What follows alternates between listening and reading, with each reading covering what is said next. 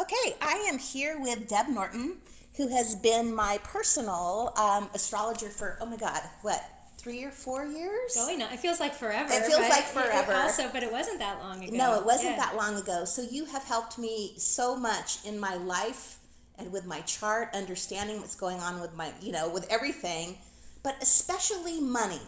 And so this has been really interesting as I've learned more about astrology to, because we've talked about my Jupiter being at the top of the chart and different Right. things that relate to my money. But it got me thinking about like other people's money. Is there a money planet? Is there a money house? How those planets are arranged, or does that make a difference for your entire life? So, Yeah. so I'm not really sure. Well, there's a short answer and a long answer. Okay. The short answer is that, yeah, there are specific areas of the chart that concern money and finances. And it's also about values. Okay. So in astrology, values and money, attraction are all handled by Venus. Okay. So I like that because, when we think about ancient astrology, it was a totally different system, and now here we are. We don't have to think of it in terms of money. Right. We think of it in terms of abundance. Abundance, exactly. And getting what you want. And so what I love about the fact that this is Venus territory is because of all the other things Venus represents, values, of course, but also relationships. And so you see how you can't pull them apart. Yeah. So abundance is connected to relationships and values. What about time? Is time in there too? Time is a different planet. Okay, well, good, interesting. And so that's the long answer. Okay. The long answer is that everything in your chart has to do with your level of abundance or your ability. Not just to attract it, abundance, but to be abundant, and that's beyond possessions and bank accounts. Yes. And, that's really what we're going for here. Yes. It's just that we're in a system built on money, built on capitalism, built on that idea that we go to work every day and we do all the right things to quote unquote get the American dream, and then we retire and all is good. Okay, that is not the truth anymore. No, that is broken. Yeah, yes. That's done. Yeah, done. That's what did I say? We are waking up from the American dream. I love that. And waking up from the American dream. Because if we keep spoon feeding this American dream idea to our children, and then we are selling a lie. Yeah. We just have to face facts. It's just not the way. If we had minimum wage, increasing with inflation, we'd be in the $25 an hour. I thought it was more like 32. It might even be higher. Yeah. And so we can barely squeak out $14.75 in Portland. Exactly. So we just have to face facts. Yes. It is dead. Yes. And even the idea of home ownership as being the ultimate is not true anymore. It's not true. And it's also not true about college. Well, and especially me being in the mortgage and real estate industry for 30 years, I totally bought into a long time. And let's be real, for some time that really did work. You were a homeowner and it appreciated, and that's how you built wealth. Yes. But even that is broken now. Well, and also, like with my children in their early 20s, I really don't want them to think that that's what they have to do to be successful. Yes. You gotta own a house. You gotta. Yes. Can we just put that away? Forever. And let our children shape their own destinies. Yeah. And can we stop telling them that college is the only way? Because all of these things do is deplete our bank accounts. And our self-esteem. Well, yeah, and all that goes with that. Yeah, right? It's Which so is a true. lot, Yes. especially in our society. Yeah. So the idea is that abundance is way more than money. It's about feeling full, about walking out the door every day and being exactly who you are and contributing exactly what you're here to contribute. And a lot of us don't even know what the fuck that is. It's so true. Because we are so bogged down in this illusion that we've been fed. And I feel like your kids are in their 30s, mine are in their 20s. I think your kids have a little bit more of that hanging on than my kids. Yes. But as these kids these new generations come in, they're like, hell no. They're like, what were you guys thinking? Yes. Yes. And it's like, you know what? It worked then. It did work then. It's just that it doesn't work anymore. No. And as far as we're going in our society and in our country, like, we all just got to break up with that idea. Totally. Because ultimately, I think what works nowadays is to stay in the game. Don't go to sleep. Don't just think you've done all the things and the money will come or the retirement will come. Like, we cannot think that way. Nobody can afford to be on autopilot anymore. Yeah, there's no way. So we're all in this oh shit moment. Those of us with lots of abundance and those of us with none, but we're all still in this oh shit moment. Yeah, we're all in this together. Yeah, and the structure is fracturing. Yeah, and we forget that sometimes. And I think that that's part of our problem here in the especially in the United States. Yeah. Is it's just about me. Yeah, and there's this disconnect between the haves and the have-nots, which any student of history or anyone who went to school should know. Like, this doesn't end well. Yeah. And unless we shift the paradigm, we will always be trapped in this cycle. And there will be always this cycle of the rich getting richer, the poor getting poorer, the poor rising up, having bloody revolution. A bunch of people die and suffer. They wipe the slate clean. They get new leaders in place, and then it starts all over again. Yep. And so I'm hoping, and I'm sure you are, like, maybe we're breaking that in this century. Yes. Maybe that is going to shift, and we're going to do our part. So part of where astrology comes into this is that astrology, of all things, if you're into it, kind of like you are, like you're really invested in it, is that it never allows you to stay still. It doesn't allow you to not move and shift, because the planets, guess what? We're moving right now, right? Like, they're all moving all the time. Yes. And it may look like they're not, or you may feel like they're not, but they are. And if you know how they're moving against your chart, then it's like, oh my gosh, don't go to sleep. You might miss this Jupiter transit. Yeah. You might miss this Saturn transit. You might miss this. And what I think with opportunities. Yes, the transits are just portals of energy. And it's just the energy of that planet that's just being beamed at you in extra strong force because it's aligned with something in your chart. And then you see, what is it aligned with? And that's your portal. And then you want to be ready. You want to jump in there, open your arms and be like, yes, bring it to me. There is no negative energy. There's a high vibration and a low vibration. There's no bad news with astrology. Like, that's bullshit. We don't tell the future either. So I'm not going to be able to say, like, in 10 years you're going to be, I can't do that. But what it does do is tell you, like, first off, this is your algorithm. This is your code. This is who you chose to be. These are the energy signatures that make up you, that are unlike, is one of a kind. Right. So now that you know, you spend a little time like we did with your chart, and you get to know your chart. Right. Because unless you understand your natal chart and your natal energies moving through you, then you have nowhere to go from there. You have to know what you're working with. And that's where some people have abundance, and we'll just use that term, abundance. Yes. Some people have that wired into their chart.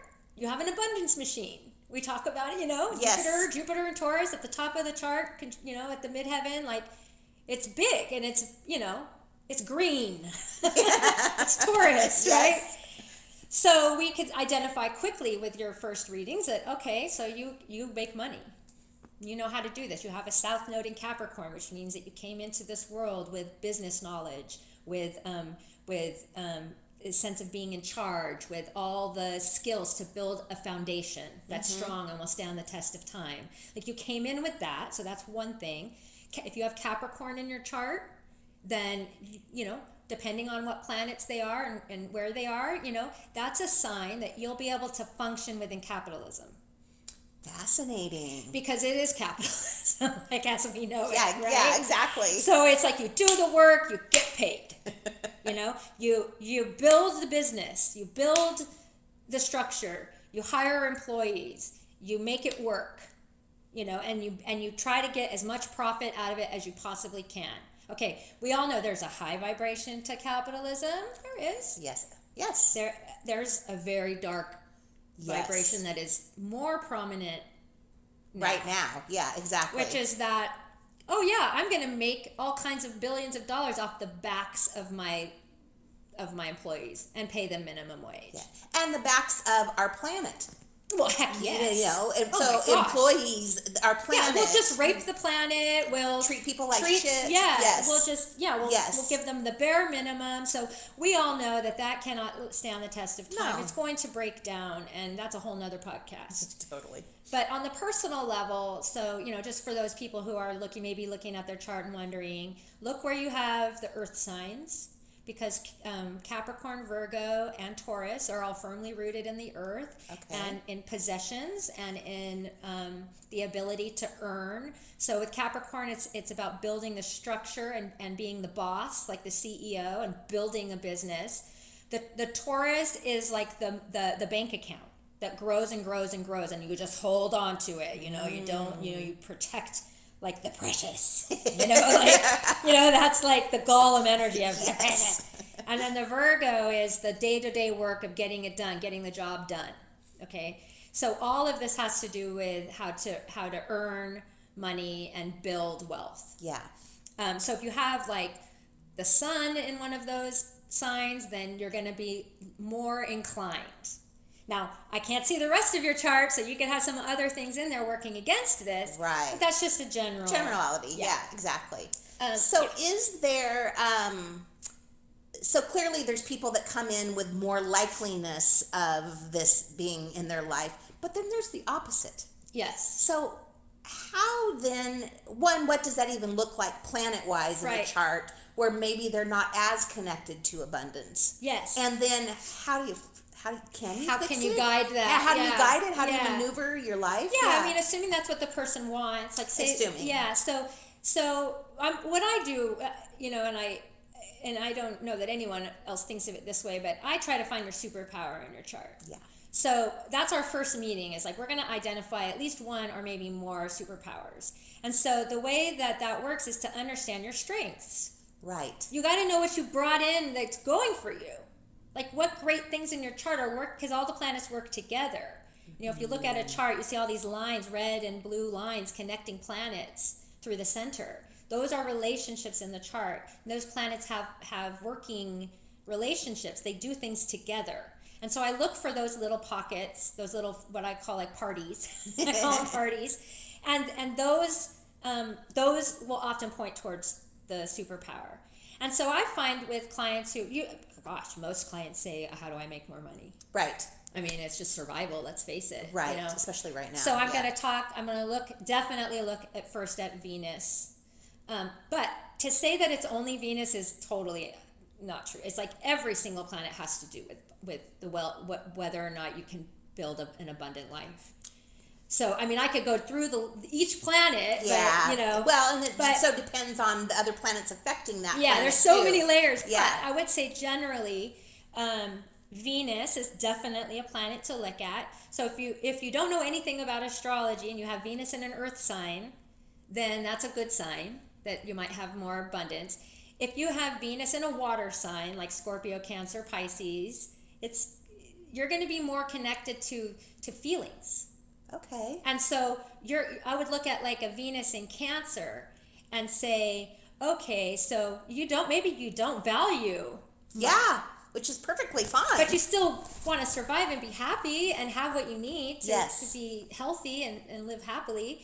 And so I'm gonna invite that in conversation about Cancer, nurturing, caretaking, protecting, the universal like mothering energy. And I'm gonna try to bring alive that Venus, that attraction, that value system built in that sign. And so then you bring that out and say, okay, I hate to say this. I'm not trying to say like, how do we monetize that? But I get it. Since we're talking about how abundance, do we monetize that? Yeah, exactly. And it's all about just limiting beliefs, right? So if Yes. I can get in there with the chart and break up a limiting belief that someone says, well, I don't care about money, so I'm never going to have money. Yeah. Okay, that is a limiting belief. Yeah. Let's reframe it and let's look at your chart and see what you have here going for you. That can help. So the very deep, nurturing, caretaking energy of Cancer can absolutely be monetized. Sure. And so you have to then look at the rest of the chart and say like, okay, try to see what excites you in that world. You know, what gets you out of bed in the morning? Is it relieving poverty or hunger? You know, well, maybe you should be in that field. Right. Maybe if your value system is connected to your paycheck, then see what happens. Yes. And because the world is set up against everyone, basically, unless you're privileged and wealthy, right, born with that silver spoon, then you just, it's a mentality. And you tend to feel like, well, you just take what you can get. You know, not everyone, but certain folks do. It's like, I mean, anything. So it's like you're working like perhaps as an administrative assistant or in an office, say, in any capacity, and you're not able to do that nurturing, caretaking thing. Well, then you're probably not going to make very good money. You're not, because your soul's going to be shut down. Yes. And you're going to equate that with money. Yes. And then in that regard, yeah, of course, nobody wants it if your soul's shut down. Right. Yeah. But there's also a way to think of it differently. So I didn't make this on purpose, but I actually do have Venus in Cancer. So when I used to work in offices, when I found my way into the support role of like secretary, which we now call like administrative assistant, which I was for you. Yeah. Well, I got to take care of you. Yeah. I got to take care of the boss, take care of their interests so that they're at their best. And you took care of the business, too. So they're at their best so that they can lead the company. Yes. Right? That met my needs. And then I flourished. Yes. So it's like I believe that any job you can find a connection. It's just that you have to find the connection. Right. To who you are and what you care about. Like values are just what you care about. So even if you feel like you're stuck in a dead end, quote unquote, dead end job, it's not necessarily. It's just, it might need to be reframed. You might need to understand a little bit more about what you have in your... About yourself. About your nature. Yeah. And astrology is about keeping what I call everybody fat and happy. All the planets need to be fat and happy, like cared for, and you feed the planet in the way it wants to be fed. So Venus in Cancer wants to be fed by taking care of folks. That's good. So that's one way Venus going to always look first at Venus. The second house as well. The second house is the house of possessions. Okay. So this is your stuff, both physical and not physical. So if you have an earth sign on the second house, that's a good sign. If you have a water sign on second house, then we're gonna have to swim for it a little. If it's an air sign, then it's all up in the brain and in the thoughts and in the ideas. It's an idea person. So all the valuables are in up here. That's where you've got your valuables. Yes. If it's fire, well, then you're just gonna go out and get it. You're just gonna take it. Hopefully in a good way. Right, exactly. When I say that, go out and take it. Yeah. There's a way to do that nice and a way not to be nice. Right. But, you can go out and take what you want out of life and not be an asshole, basically. Right. So then the 8th house, which is opposite the second house, is the other polarity of your valuables, my stuff, and other people's stuff. Okay. So this is other people's money is often the term. It's also a house of transformation. So we are often transformed by other people's money. So if you think about whether we are every day pretty much, but especially your other people's money as you're growing up is like the wealth of your family. It's not yours. You're a child, right? So it's the wealth of your family and your lineage, like what came down through your ancestors or whatever. You're either in a family of means or you're in a family of nothing or and everything in between. So that house also is the house of debt. Fascinating. So it's a very important house. Yeah. It's a very important house to watch transits, meaning the planets now moving through it. I know I have Saturn in that house and I got out of debt. So that's very fascinating. And there's a couple different ways to look at debt, because I know that owning businesses and having debt is part of that. Oh, sure. And managing your debt. So I'm really, really comfortable with debt. And recently bought a car, and so Belinda and I bought cars at the same time. So for her, debt feels heavy and bad and oppressive. So she went out and she paid cash for her car. They're roughly about the same amount. For me, I want to use somebody else's money to buy my car. I don't want to use my own money. Right. I'd rather have a car and the extra $30,000 in the bank. Heck, so it's just so fascinating how these are different for each one of us. Yeah, and unfortunately, when it comes to debt, there's so much shame. Oh, there is. I know, I'm a victim of it. Yeah. You know, I really suffered from it, and I really hated myself for it. And I would check my credit score all the time and just be like, you know, the ratio of debt is just the available debt, available credit, above 65% or whatever, and you're supposed to be like, you know, really 20% or whatever. So, I mean, I have suffered a lot through my own experiences with debt shame, and I think my Generation X in particular suffer because we were the ones at college that got handed credit cards. Yes. So I was 18 It's like the first generation that they started doing that. Yeah. And go to college away from home, and they're like, hey, do you have a minute? You know, I know nothing. I mean, I had a basic understanding of interest. I knew it was bad.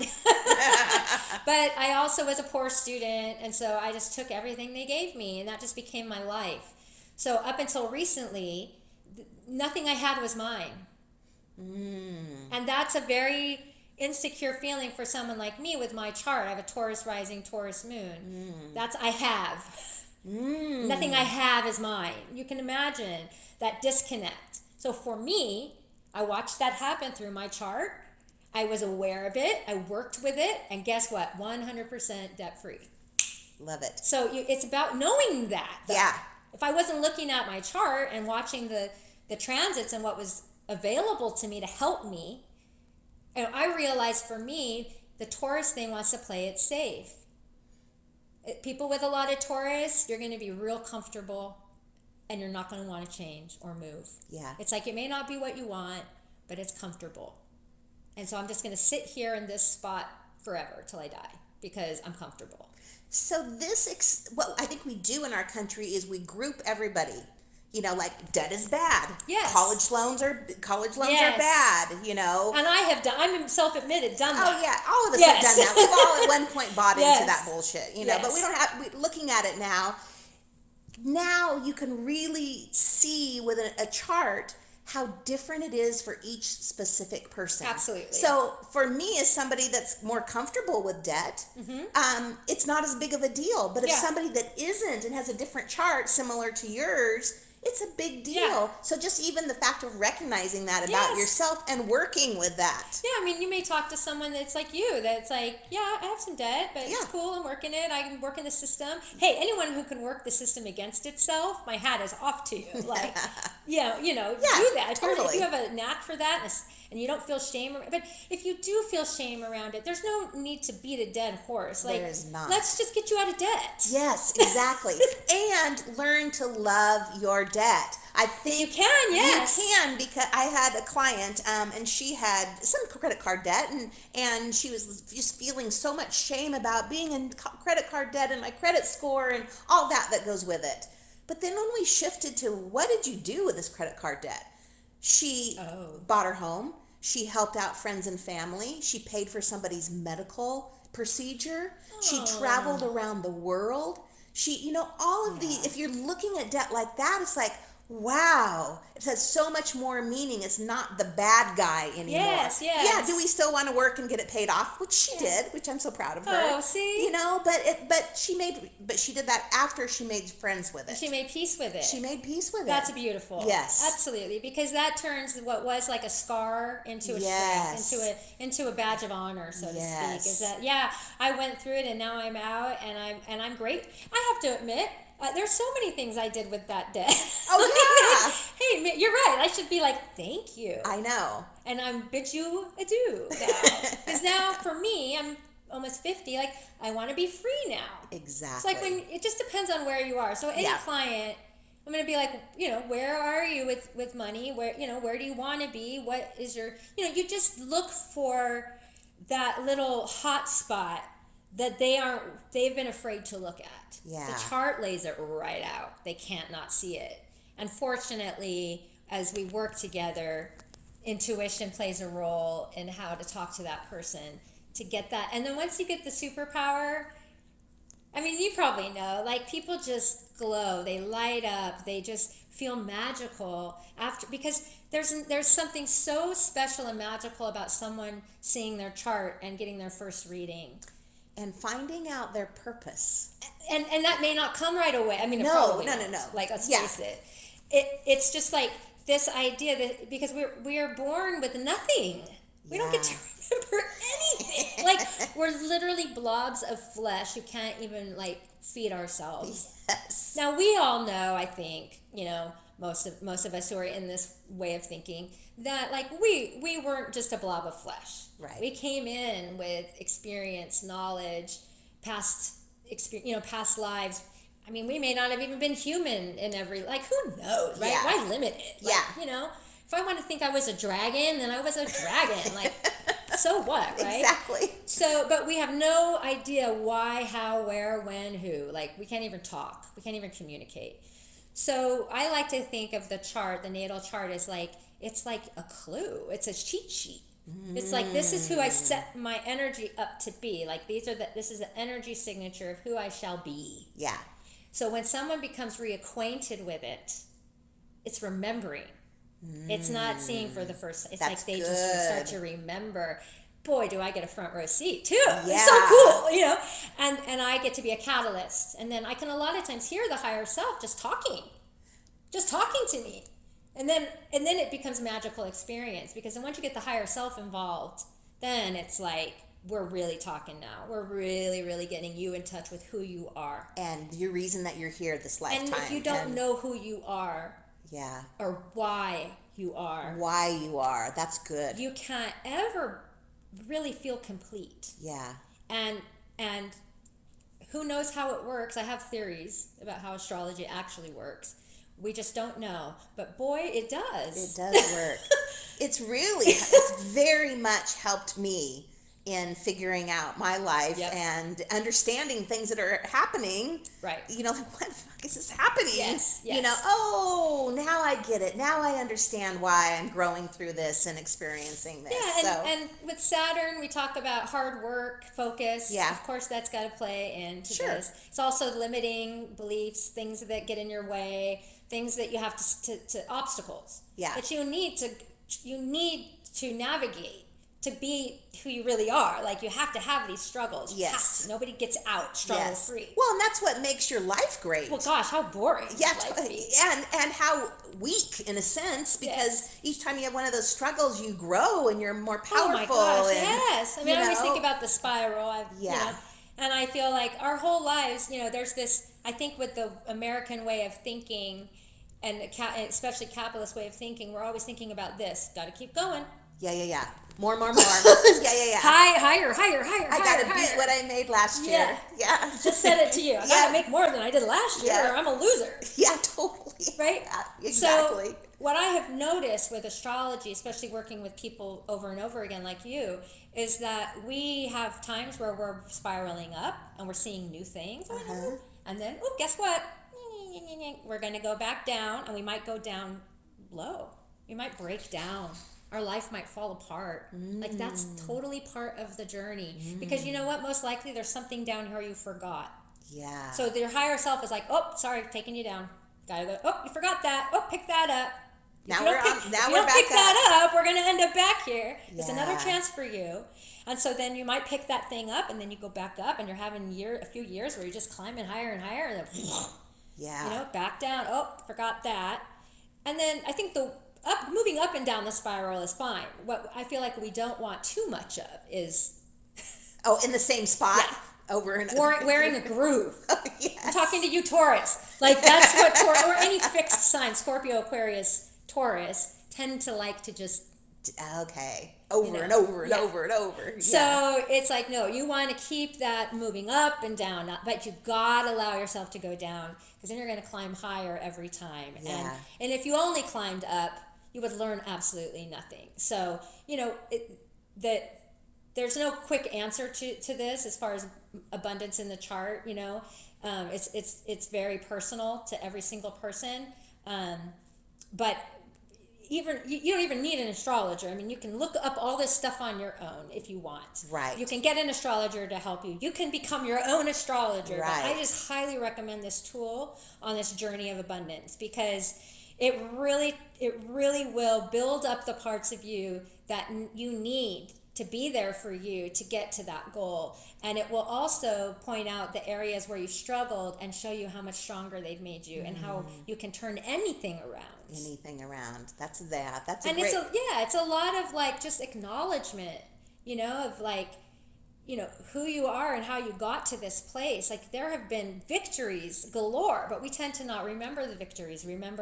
That's true. Yeah, so in readings, we go back in time. Like, I want you to look up in your journals what was happening to you at this particular time when you were in this particular, like, Saturn return. Like, I tell them the exact times. Like, Saturn is very important to understand your relationship with hard work and with blind spots.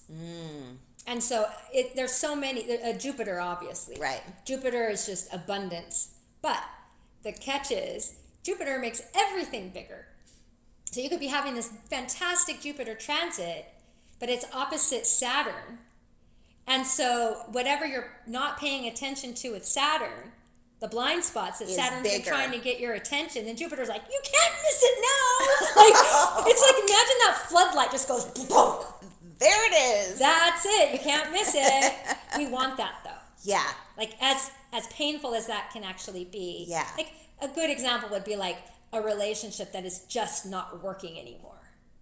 And you are not taking the signs. You are not picking up the signs that Saturn is laying down, and then Jupiter's like, well, so something is going to break. Yeah. There might be infidelity or a fight, or something is going to happen that's going to make you deal with it. Right. And I personally like to be ahead of those. Yes, exactly. I like to know what's coming. I want to know. Yes, exactly. So we can work with it and use it as opportunities. It's just opening up channels. Yeah, I love that. And we're all clogged. We all have clogs. And we want to be as open, because I feel like that's the only way, by having this open channel of energy, that then abundance you just can't not have it. You can't not have it. It just falls in front of you. And let's end it right there. That's a perfect spot to end. Got it. I want to thank you for everything that you've done for me in my life, in the way that you have guided me. Thank you so much, Deb. If you want to work with Deb, it's DeborahNorton.com. So thanks so much. I'm going to have you back sometime soon, and we'll talk about love. Oh, yes. All right. Thank you. Thank you.